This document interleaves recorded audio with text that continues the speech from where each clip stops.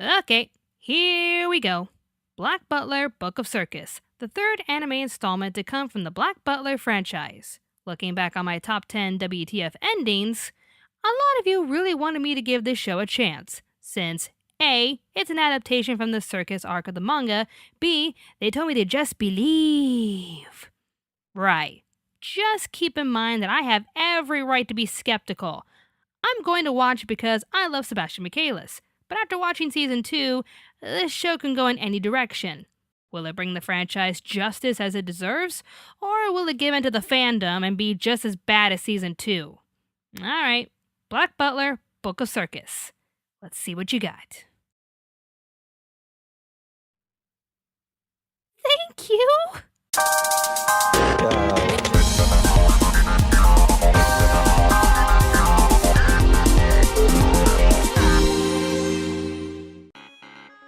In Victorian London, the breathtaking performances of the Noah's Ark Circus have captured the attention of people all across the city. But the spell of magic and wonderment woven under the big top is not without consequences. Children have suddenly begun to vanish, and some suspect these mysterious performers are responsible. In an attempt to get to the bottom of these disturbing disappearances, the dashing duo of demon butler Sebastian Michaelis and his young master Ciel Phantomhive will infiltrate the circus and uncover whatever darkness may lie at its core. Now, I have seen a lot of you calling Black Butler Book of Circus the second season we deserved. That Black Butler 2 really shouldn't have happened, and Book of Circus is the perfect replacement. To me, however, this season alone is just good. That if season 1 never existed, Book of Circus would have still been a great standalone season. The pacing is decent, the music is wonderful, and the story keeps you in suspense until the grand finale. But the one key element that kept me watching and loving the show even more is the characters. Never before have I felt such heart and devotion to each and every character, old and new. The Phantom Hive servants, for example, were at first just put for minor plot issues, but when you see them in the end, by God, they're awesome! For the Grim Reapers, they usually exploit Grell since he has a huge fanbase, but he was conservatively pulled. You rarely see him since he doesn't play a huge part in the arc, with the exception of one of the funniest moments in the show. If there was a time to have a Grim Reaper on site, we'd have William Spears, who'd played a hilarious delay in Ciel's work. So to have a lot of smart comedy with Spears over exaggerated fan service with Grell really showed how respectable the show can be towards its audience. That it can provide a good story with great characters over exploiting popular characters while jiggling keys in your face. The focus of the show was on the circus performers, who are suspected of kidnapping many children. You have Joker, Beast, Snake, Jumbo, Wendy, Peter, and Doll. I won't go into spoiler territory, but I will say this. Feels. Nothing more than feels. When you meet them, they really are a family, and they have such a protective bond. When you find out why, you will want to hug them all. Well, I just want to hug you all. Come here. You all deserve to be loved. I never got the chance to read the manga, so I didn't know what to expect for these characters. Needless to say, I was pleasantly surprised, and I love them all. And I won't reveal who the villain is, but damn! That villain is so creepy. When the villain was revealed, you definitely got the sense of discomfort, and dear God, you are creepy. If I ever make a top 10 creepiest characters of anime list, this person would be on it. Because, my God, it's just... damn. Just don't say I didn't warn you. Now on to our main duo, starting with Ciel. By God, I knew you were an arrogant ass, but in this series, you are a badass arrogant ass. The things he does in this series is astounding.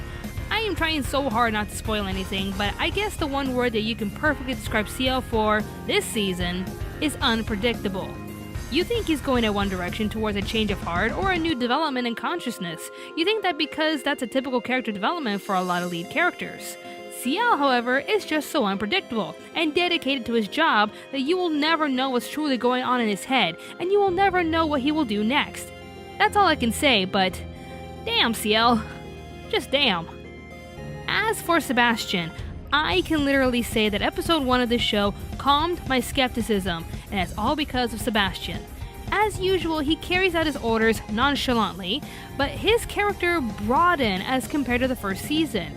Oh, he's still one hell of a butler who's only interested in obtaining Ciel's soul one day, but there was a lot more to him this time. He took concern in Ciel's drastic choice-making. He demonstrated more pride than compassion when taking care of Ciel when he was sick. And did you see him when he makes fun of Ciel? Just look at this. Look at him giggle.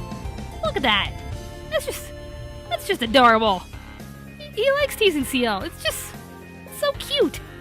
Now you may or may not know that Hollywood and even anime are running out of ideas. That every story nowadays is redundant and done to death. The only thing that can carry any old idea, however, are good characters. This season has a basic story when you think about it. There's a crime afoot, so it's up to our dynamic duo to infiltrate the suspect's territory and solve the mystery. Seen it many times. But it is the characters and the chemistry they share that really carry the story. As for the ending, without giving anything away, I will say this. Megan built up this hype that the ending to Tokyo Ghoul is one of the hardest things to stomach. I watched it, and it was pretty messed up. And then I watched Book of Circus. With the combination of one of the creepiest characters in anime history and Ciel's unpredictable manner, you are in for one hell of a disturbing ending. But I mean all of that in a brilliant way. This is why I place this anime as an honorable mention for our top 10 perfect endings of anime. It's disturbing as hell, but it's brilliant to watch. The madness that ensues and how everything went down, it's just incredible.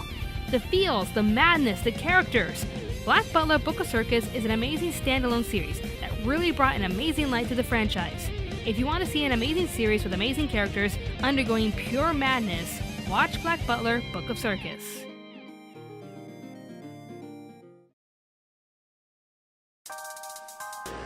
For more updates on Anime America, just go to our Facebook page and like us. For more awesome videos dealing with everything in pop culture, just click on one of these videos here and subscribe to Pop Spectrum. You'll be glad you did. Thank you for watching, and stay tuned to Anime America.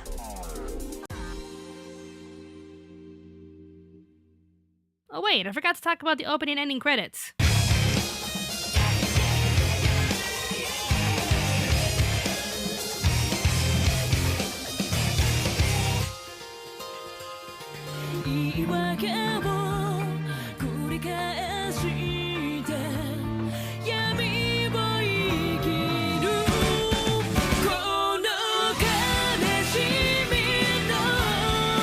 Enough said, they're awesome.